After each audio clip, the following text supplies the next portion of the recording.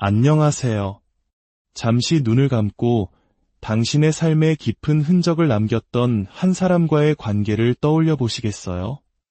그 관계 속에서 혹시 나라는 존재가 점점 희미해지고 지워지는 듯한 기묘한 감각을 느껴보신 적이 있으신가요? 마치 투명 인간이 된 것처럼 나의 생각과 감정, 심지어 존재 자체가 중요하지 않게 여겨지는 경험 말입니다. 만약 그렇다면 오늘 우리의 이야기가 당신의 혼란스러웠던 마음의 작은 등불이 되어줄지도 모릅니다. 오늘은 자기애성 성격, 즉 나르시시스트와의 관계가 우리 영혼에 어떤 영향을 미치는지 깊이 들여다보고자 합니다. 나르시시스트와의 관계에 발을 들였을 때 우리가 가장 고통스럽게 그리고 너무 늦게 깨닫게 되는 사실 중 하나는 바로 이것입니다. 나는 단 한 번도 온전한 한 인간으로서 이해받지 못했다는 것. 독립적이고 고유한 인격체로 존중받은 적이 없다는 뼈아픈 진실입니다. 당신은 그저 평가되고 분류되고 특정한 역할을 부여받았을 뿐입니다. 그 역할은 당신이라는 사람의 다채롭고 총체적인 모습에 기반한 것이 아니었습니다. 오직 나르시시스트의 불안정하고 연약한 내면 세계를 지탱하기 위해 당신이 무엇을 제공해 줄 수 있는가에 따라 결정된 배역이었습니다. 이것이 바로 잔인한 진실입니다. 나르시시스트에게 당신은 주체적인 인격이 아니라 사용되는 사물에 가깝습니다. 이것은 심리학적으로 매우 중요한 의미를 가집니다. 독일의 철학자 마르틴 부버가 말한 나와 너의 관계가 근본적으로 실패했음을 의미하기 때문입니다. 나와 너의 관계란 한 인간이 다른 인간을 자신의 목적을 위한 수단이 아닌 그 존재 자체로 온전히 마주하는 능력을 말합니다. 하지만 나르시시스트는 그럴 수 없습니다. 그들의 심리 구조는 진정한 연결이 아닌 방어 기제를 중심으로 구축되어 있기 때문입니다. 그들은 타인을 자신의 모습을 비추는 도구로만 여깁니다. 그들의 마음 속에서 당신은 한 명의 사람이 아니라 거울입니다. 자신의 위대함, 우월함, 혹은 때로는 자신이 얼마나 억울한 피해자인지를 비추고 확인시켜주는 거울 말입니다. 당신은 그들을 찬양하고 그들의 실수를 대신 뒤집어쓰고 그들의 뜻에 순응하기 위해 존재합니다. 그리고 무엇보다도 그들이 필사적으로 지키려는 거짓된 이미지를 절대 위협해서는 안 됩니다. 이 거짓된 이미지가 바로 핵심입니다. 나르시시스트는 우리가 일상적으로 말하는 이기적인 사람과는 차원이 다릅니다. 그들은 심리적 붕괴를 피하기 위해 잠재의식 속에서 끊임없이 거대한 프로젝트를 수행하고 있습니다. 그들의 자존감은 지독하게 부서지기 쉽습니다. 스스로 노력하여 얻은 자신감, 도덕적 책임감, 혹은 진정한 자기 성찰과 같은 내면에 튼튼한 기둥이 없기 때문입니다. 그래서 그들은 자신의 자존감 유지를 타인에게 아웃소싱합니다. 바로 그 지점에서 당신이 등장하는 것입니다.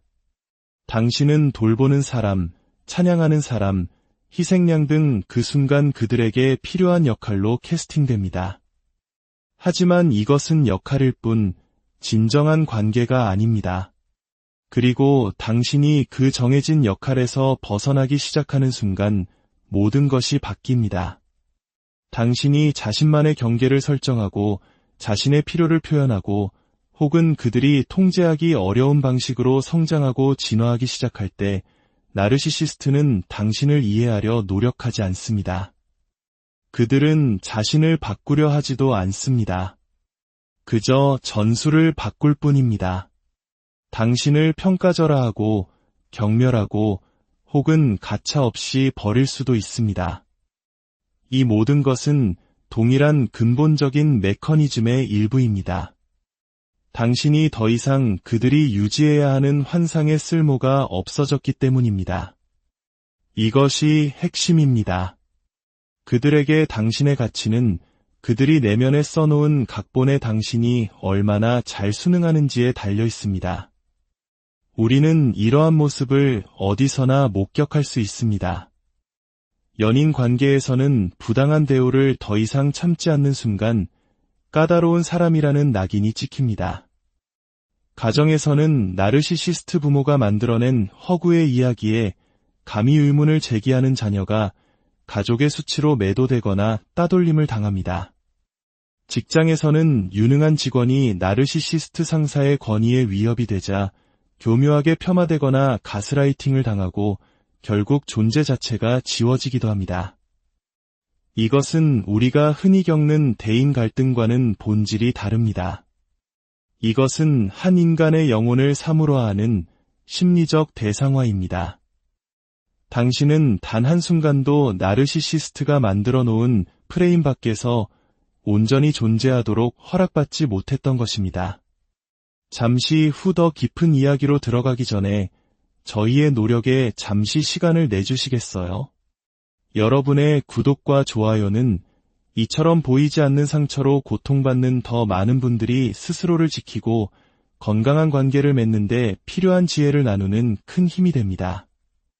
이 지식이 꼭 필요한 누군가에게 닿을 수 있도록 빛을 나누는 마음으로 함께 해주세요.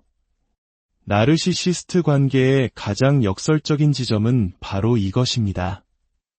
처음에 나르시시스트를 당신에게 끌리게 만들었던 바로 그 장점들, 그들이 그토록 칭찬하고 감탄하는 것처럼 보였던 당신의 특성들이 결국 그들의 분노와 원망을 유발하는 원인이 된다는 사실입니다. 당신의 강인함, 깊은 공감 능력, 독립성, 타인을 헤아리는 따뜻함, 이런 특성들은 나르시시스트에게 마치 자석처럼 작용합니다. 하지만 그 이유는 그들이 당신의 그런 면모를 존중하고 함께 성장시키고 싶어서가 아닙니다. 그들은 그것을 소유하고 싶어 합니다.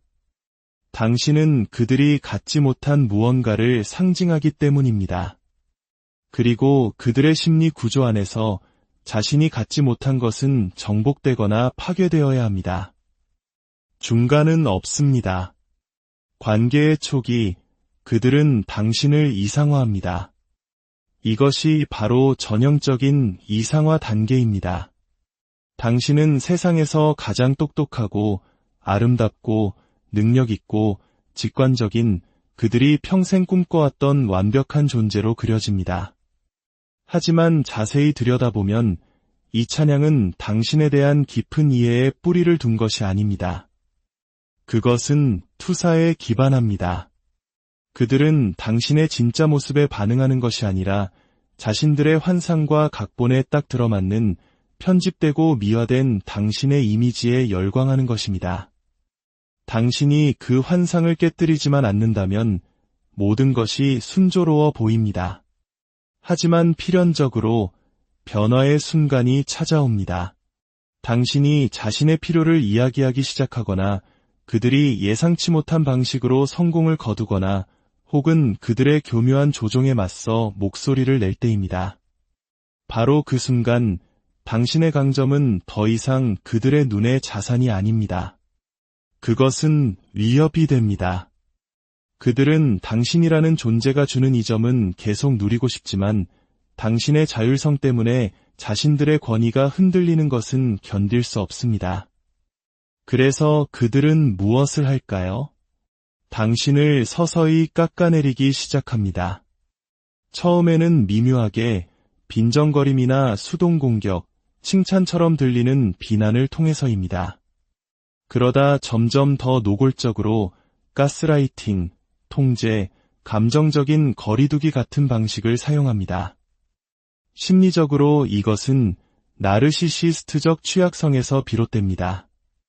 그들은 의식하지 못할 수도 있지만 당신이 관계에 가져오는 깊이나 회복 탄력성을 자신들은 결코 따라갈 수 없다는 것을 예민하게 감지합니다. 그들은 당신에게 영감을 받아 함께 성장하는 대신 당신과의 비교 속에서 자신이 초라해지는 것을 느낍니다. 그리고 가장 지독한 것은 그 감정의 원인을 당신 탓으로 돌린다는 점입니다. 당신은 너무 과하다, 너무 격하다, 너무 감정적이다, 너무 독립적이다, 라는 비난을 듣게 될 것입니다. 하지만 실제로 일어나고 있는 일은 당신이라는 존재 자체가 그들의 무능함과 결핍을 폭로하고 있다는 것입니다. 그리고 그것은 그들에게 견딜 수 없는 모욕입니다. 진정한 의미의 강인함이란 단순한 힘이나 지배력이 아닙니다. 그것은 진실성입니다. 삶의 무게를 품위 있게 짊어질 수 있는 능력이며 환상 속에서 진실을 분별하고 그에 따라 살아가는 용기입니다. 당신이 이런 종류의 강인함을 가지고 나르시시스트와의 관계에 임할 때 당신은 단순히 그들의 자존심을 위협하는 것이 아닙니다. 당신은 그들의 세계관 전체를 위협하는 것입니다. 왜냐하면 그들의 현실은 기만, 자기기만, 그리고 감정적 조종에 의존하여 세워져 있기 때문입니다. 명료함과 공감 능력을 가진 당신은 그 시스템 전체를 교란시키는 존재입니다. 특히 공감 능력은 나르시시스트의 눈에 매우 위험한 것입니다. 진정한 공감은 거짓을 꿰뚫어 보기 때문입니다. 불일치를 감지하고 허구의 의문을 제기하며 무슨 목적으로? 라는 근본적인 질문을 던집니다. 타인의 시선과 평가에 의존해 살아가는 사람에게 그런 종류의 면밀한 시선은 견딜 수 없는 것입니다. 그래서 그들은 상호적인 관계의 문을 여는 대신 당신을 공격하고 책임을 회피하며 당신의 통찰을 비난으로 당신의 걱정을 통제로 왜곡합니다. 이 모든 것은 오직 자기 자신을 보호하기 위한 처절한 몸부림입니다. 그들은 당신의 강점을 보지 못하는 것이 아닙니다.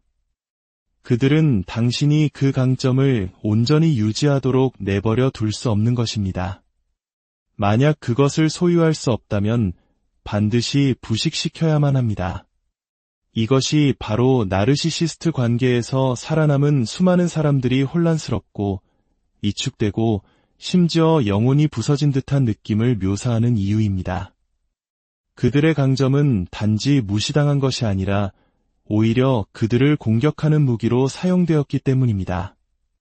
그들은 온전하다는 이유만으로 죄책감을 느끼도록 만들어졌습니다. 그러므로 당신의 강인함은 결코 문제가 아니었습니다. 그것은 그들의 환상에 대한 위협이었고, 따라서 이 이야기에서 진정으로 약했던 사람이 당신이 아니었다는 가장 명백한 증거입니다. 이제부터는 받아들이기 더욱 힘든 진실에 대해 이야기해야 합니다. 나르시시스트는 당신의 감정적 고통을 단지 참을 만한 것이 아니라 유용한 도구로 여긴다는 점입니다. 그들은 종종 당신의 고통을 일종의 화폐, 즉 자신의 힘을 확인하는 신호, 심지어는 만족감의 원천으로 인식합니다. 물론 그들은 이 사실을 결코 인정하지 않을 것입니다. 당신에게도 그리고 자기 자신에게도 말입니다. 하지만 그들이 하는 말을 믿지 말고 그들이 하는 행동을 자세히 관찰해 보십시오. 그 패턴은 명백합니다. 나르시시스트의 내면 세계에서 감정적 지배는 핵심적인 요소입니다. 그들은 조화, 이해, 상호 성장 같은 것을 추구하지 않습니다. 그런 개념들은 동등한 관계를 전제로 하지만 그들은 동등한 세상에서 살지 않기 때문입니다. 그들은 오직 위계 질서 속에서만 움직이며 그 피라미드의 꼭대기에는 반드시 자기 자신이 있어야 합니다. 그렇다면 당신이 상처를 표현할 때, 무너져 내릴 때, 당신의 그 행동이 나를 정말 아프게 했어요 라고 말할 때 무슨 일이 일어날까요? 건강한 관계라면 그 순간은 자기 성찰과 공감으로 이어질 것입니다. 하지만 나르시시스트의 세계관 속에서는 전혀 다른 반응, 즉 승리감을 촉발시키는 경우가 많습니다. 당신의 고통은 그들에게 자신이 당신에게 영향을 미치고 있다는 신호이며 그들의 힘을 확인시켜주는 증거가 됩니다. 나르시시스트적 인정 욕구라는 왜곡된 논리 속에서 고뇌에서 비롯된 감정적 반응조차도 일종의 관심으로 해석되는 것입니다. 당신은 상처받기 쉬운 모습을 보이며 연결의 문을 열고 있다고 생각하지만 나르시시스트의 계산 속에서 당신은 약점을 드러내고 있는 것입니다. 그리고 그들의 눈의 약점은 위로의 대상이 아니라 이용의 대상입니다. 그래서 당신의 솔직한 감정 표현은 종종 당신을 공격하는 무기로 사용됩니다. 당신은 너무 예민하다는 조롱을 받거나 피해자 행세를 한다는 비난을 받을 것입니다. 때로는 당신의 고통을 당신의 인격에 대한 비난으로 둔갑시키기도 합니다. 그러니까 아무도 널 못 견디는 거야. 혹은 넌 항상 문제를 만들어 와 같은 말들로 말입니다. 그 순간 그들은 당신을 오해하고 있는 것이 아닙니다. 당신의 감정을 무기 삼아 통제권을 유지하려는 관리를 하고 있는 것입니다. 이것이 바로 나르시시스트적 학대에서 살아남은 사람들이 관계가 끝난 후에도 단지 상처받은 것을 넘어 깊은 혼란에 빠지는 이유입니다. 당신의 본능은 당신의 감정이 존중받아야 한다고 말했지만 그들은 당신의 고통 속에서 오히려 활력을 얻는 것처럼 보였기 때문입니다. 때로는 당신이 울고 있을 때 짓는 미묘한 조소, 위로가 필요할 때의 침묵, 혹은 어떤 비명보다도 더 깊게 상처를 파고드는 차가운 무관심으로 나타납니다. 다른 때에는 더 직접적으로 당신의 약점을 나중에 논쟁거리로 삼거나 다른 사람들 앞에서 당신의 감정적인 모습을 폭로하여 굴욕감을 주기도 합니다. 이것은 우연이 아닙니다. 전략적인 행동입니다. 그들은 당신의 약점을 일찌감치 파악합니다. 그리고 시간이 지나면서 그 약점을 시험합니다. 당신을 단번에 부수기 위해서가 아니라 얼마나 많은 통제력을 행사할 수 있는지 보기 위해서입니다. 그것은 아주 서서히 진행되는 영혼의 침식입니다. 그리고 점진적이기 때문에 당신은 그들을 의심하기 훨씬 전에 자기 자신을 먼저 의심하기 시작합니다. 하지만 가장 중요한 점을 기억하십시오. 이것은 사랑이 아닙니다. 갈등조차 아닙니다. 이것은 종종 친밀함이라는 언어로 위장된 감정적 가학 행위입니다. 당신이 그 상처로부터 이익을 얻는 사람과 함께 치유되기를 계속 시도하는 한 당신의 상처는 결코 아물 수 없습니다. 나르시시스트의 내면 깊숙한 곳에는 조용하지만 끊임없이 들끓는 시기심이 자리 잡고 있습니다. 그들은 당신이 가진 것을 부러워하는 것이 아닙니다. 당신이라는 존재 그 자체를 시기합니다. 당신의 풍부한 감성, 진실된 모습, 그리고 타인과 진심으로 연결되는 능력, 이것들은 그들이 결코 만들어낼 수도, 훔칠 수도, 흉내낼 수도 없는 것들입니다. 그리고 그 사실이 그들을 격분하게 만듭니다. 건강한 사람은 타인의 빛을 보고 영감을 받지만 나르시시스트는 그 빛을 자신에 대한 공격으로 해석합니다. 당신의 기쁨은 그들의 공허함을 상기시키기 때문에 그들은 그 기쁨을 훼손하려 듭니다. 그들은 자신의 시기심을 인정하는 대신 당신을 오만하거나 이기적인 사람으로 몰아갑니다. 그들은 진실을 보는 것이 아니라 생존을 위해 이야기를 뒤집는 것입니다. 당신이 평화에 가까워질수록 그들은 혼돈을 조장하고 당신이 행복해질수록 드라마를 만듭니다. 왜냐하면 그들의 세계관에서 당신의 평화는 성공이 아니라 배신을 의미하기 때문입니다. 그들의 통제로부터의 배신, 그들을 지탱해주던 불균형의 붕괴를 의미합니다. 그들은 당신의 내면의 자유, 가면 없이도 살아갈 수 있는 당신의 능력을 시기하는 것입니다. 그래서 그들은 1000가지의 작은 파괴 행위와 무효화를 통해 그것을 파괴하려 시도합니다. 당신이 위축되어 자신들이 안전하다고 느끼는 크기로 돌아오기를 바라면서 말입니다. 하지만 이것이 해방을 주는 진실입니다. 그들의 시기심은 당신이 짊어져야 할 짐이 아닙니다. 그들이 키가 커 보이기 위해 당신이 움츠러들 필요는 없습니다. 그들의 열등감을 위해 당신 스스로를 작게 만들 의무는 없습니다.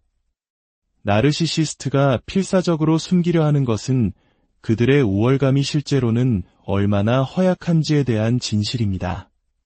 겉으로는 자신감 넘치고 오만해 보이지만 그 가면 아래에는 극심한 불안감이 숨어 있습니다. 역설적이게도 나르시시스트는 실제로 자신이 당신보다 낫다고 믿지 않습니다. 그들은 단지 그렇게 믿어야만 살아남을 수 있는 것입니다. 이것은 변명이 아니라 그들의 행동에 대한 설명입니다. 그들의 마음속에서 힘은 곧 안전입니다. 우월하다는 환상은 자존심을 세우는 것 이상으로 심리적인 생존 메커니즘인 것입니다. 만약 그들이 누군가 더 현명하거나 감정적으로 안정되었거나 도덕적으로 우월하다는 것을 인정한다면 그들의 자아 개념을 지탱하는 비계 전체가 무너져 내릴 것입니다. 그래서 그들은 끊임없이 기준을 바꿉니다. 당신은 결코 충분히 좋지 않고 충분히 똑똑하지 않으며 충분히 충성스럽지 않습니다. 당신이 의미 있는 것을 성취하면 그들은 그것을 폄하하고 당신이 성장하면 비판하며 당신이 경계를 설정하면 처벌합니다. 당신이 스스로의 가치를 의심하게 만드는 심리적 가스라이팅입니다. 만약 당신이 잠시 멈춰서서 자신을 명확하게 본다면 당신은 처음부터 그들보다 아래에 있었던 적이 없다는 것을 깨닫게 될 것입니다. 사실 당신은 종종 그들보다 훨씬 더 단단하고 회복력이 강한 사람이었습니다. 당신은 누군가의 거울이 되기 위해 태어난 것이 아닙니다. 당신은 결점도 있지만 동시에 강인함과 통찰력, 그리고 자신만의 목적을 가진 온전한 한 사람으로 태어났습니다. 그들의 우월감이라는 환상이 강함의 증거가 아니라 깊은 약점을 가리기 위한 덮개라는 것을 깨닫는 순간 당신은 자신의 주도권을 되찾기 시작합니다. 당신은 결코 문제가 아니었다는 것을 알게 됩니다. 당신의 성장, 당신의 경계, 당신의 목소리, 그것들은 위협이 아니라 진실이었습니다. 그리고 그 진실을 마주할 수 없었던 그들의 무능력이 관계의 붕괴를 초래한 것입니다. 자기 자신을 배신하는 것에는 어떠한 미덕도 없습니다. 이제 그들의 각본에서 벗어나 당신 자신의 이야기를 쓸 시간입니다.